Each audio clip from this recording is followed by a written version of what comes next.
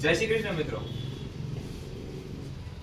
2026 નવા વર્ષના સૌને જય શ્રી કૃષ્ણ, રામ રામ, રાધે કૃષ્ણ, રાધે રાધે.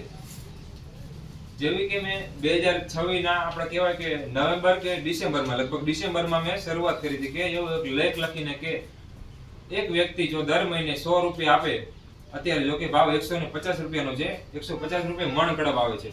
જો એક વ્યક્તિ એવા 30 જણા થાય અથવા 30 થી વધારે થાય તો દર મહિનાનું એટલે કે 30 જણા એટલે કે 100 રૂપિયા આપે એટલે કે મણ કડબ એટલે કે 4 થી 5 વાછડાનું કડબ ખાવાનું દર મહિનાનું થઈ જાય. દર મહિને દરેક વ્યક્તિ દર મહિને 100 રૂપિયા અથવા તો 150 રૂપિયા જો આપે તો આ એમનું જે ખાવાનું છે રોજનું એ પણ થઈ જાય.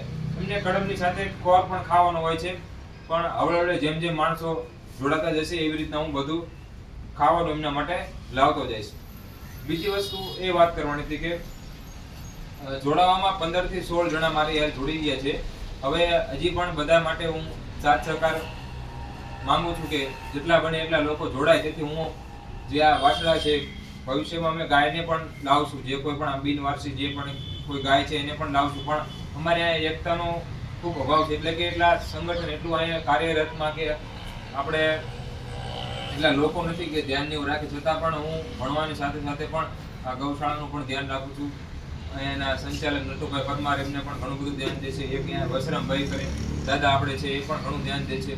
એટલે 15 થી 16 જણા જેટલા લોકો જોડાયેલા છે અને વધારેમાં વધારે લોકો જોડાય એવી હું આશા સાથે સૌને હું મારા આ નવા વર્ષના 2026 ના સૌને જય શ્રી કૃષ્ણ કહું છું. અને આ તમે વાર્તા જોવો છો, તમે સરસ મજાનું આ બાજુ જુઓ, તમે કેવું સરસ મજાનું આ કડબ. આજ હું 3 મણ કડબ લાવ્યો છું. એક આરે મેં બધું 3-4 દિવસ સુધી લેવા ન જવું પડે, 3 મણ જેટલું કડબ લાવ્યું છું. સરસ મજાના ખાય છે. તો આપણા મહિનાના 100 રૂપિયા દેવાથી ખરેખર આ એક સારું કાર્ય થાય છે. અને આ તરફ બીજી એક વાત કરું હું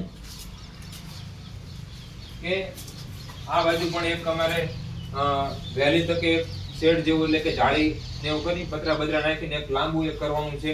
પણ તે પહેલા સૌનો સાથ સહકાર મળે, જો એકતા થાય તો તે પહેલા પણ અમે જે વાછડા છે ઘણા બધા બિનવારસી વાછડાને એવું કરે છે, પણ જેમ જેમ કડબનું ખાવાનું ઓલું કે એમ કે સગવડતા હોય તો અમે અહીંયા જે બિનવારસી ગાય છે વાછડા છે એમને લાવવાનો અહીંયા પ્રયત્ન કરીશું. તેથી આ નવા વર્ષ દરમિયાન લોકો અમારી સાથે જોડાય અને કહેવાય કે ગાયને આપણે જમવાનું આપણે તો ઘણું બધું હોય છે અલગ અલગ, પણ ગાયને લેવા કહેવાય કે લીલું ઘાસ, સૂકું ઘાસ અને ખોર એક સારામાં સારો એવું કહેવાય છે. ખોરનું પણ હું ધીમ ધીમ લોકો જોડાતા જશે તેમ ખોર લાવવાનો પણ પ્રયત્ન કરીશ.